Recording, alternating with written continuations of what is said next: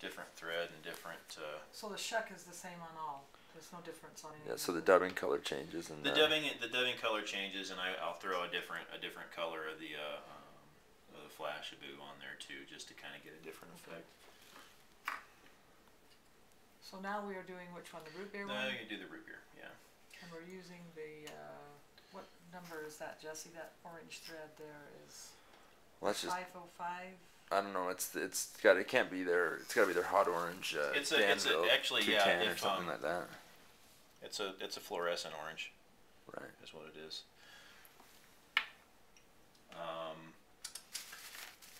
That and the hot orange, I do use a different color wire too. It looks similar, but it's actually fluorescent also. So that's the red. That's the hot orange. I use that one on the right. root beer, and it does kind of pop a little bit more that way.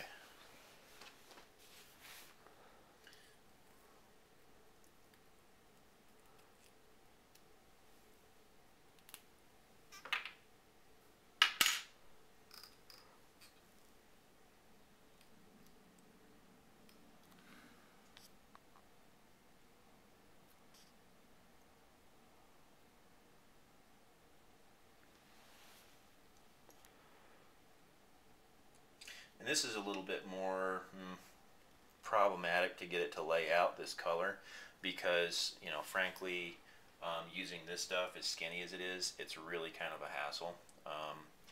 But this vise beat the snot out of this thing. I use this to hold crankbaits when I'm airbrushing them and all kinds of crazy garbage. So it's pretty much the same thing, just get a little build back here. Try and do this one a little faster.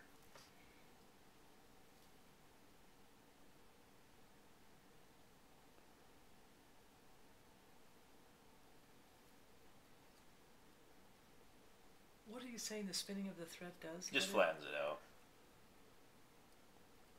Makes it smooth, because otherwise if it's corded then it'll kind of bumpy look to it. And I want those pieces to sit really close together.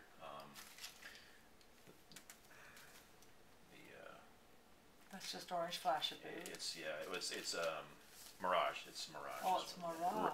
Yeah. Right. Rather, it's not. It's Mirage Flashaboo rather than exactly. than dyed Flashaboo.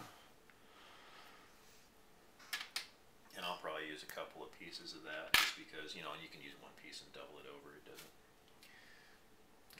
Sometimes I'll take a big hunk like that, tie it in this way, do that. I don't find it, I guess it really matters too much to me how you ultimately do it. It's kind of a hassle working with these little small bits, but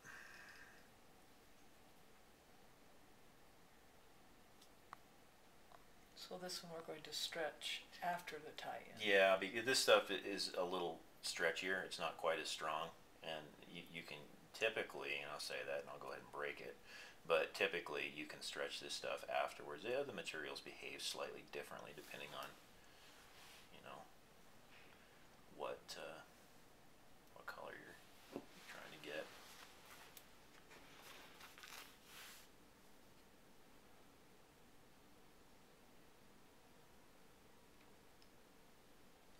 Try that. Yeah, it's going to work fine.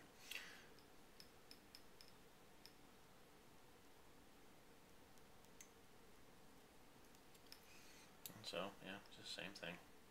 So when have you stretched it? I already did. Oh, When you were tying in, right? No, I just You did it before? Just then. Oh. It doesn't really require much effort to do it. I might even do a little bit more there. And then I just wrap that at that point. Just wrap it up. This stuff, I haven't got too many layers here. It really, I mean, you almost, in a way, you almost have to use just like one or two little pieces, because otherwise it's not translucent enough. I might end up having to actually do that. Unfortunately, I apologize about that, but that's not going to work. Just come back here and cut a couple of them out. So 4 was too many. Forcing, yeah. I mean, it's not getting the see-through. Are you're cutting 2 out. As long as we can see through it, that's really the whole idea. The problem is this stuff is so thin, and that I don't really like the way that you can see little gaps through it. But I guess it, ultimately doesn't matter that much. But I prefer it if, like there, I just stretch, and you can actually see that. I mean, it's hard because of the light, but I have to try and keep them really side by side. This one's kind of a hassle to do, to be honest with you, but once you get to a certain point, then I'll start letting them overlap a little bit, and that kind of, and just get into the regular color there, and then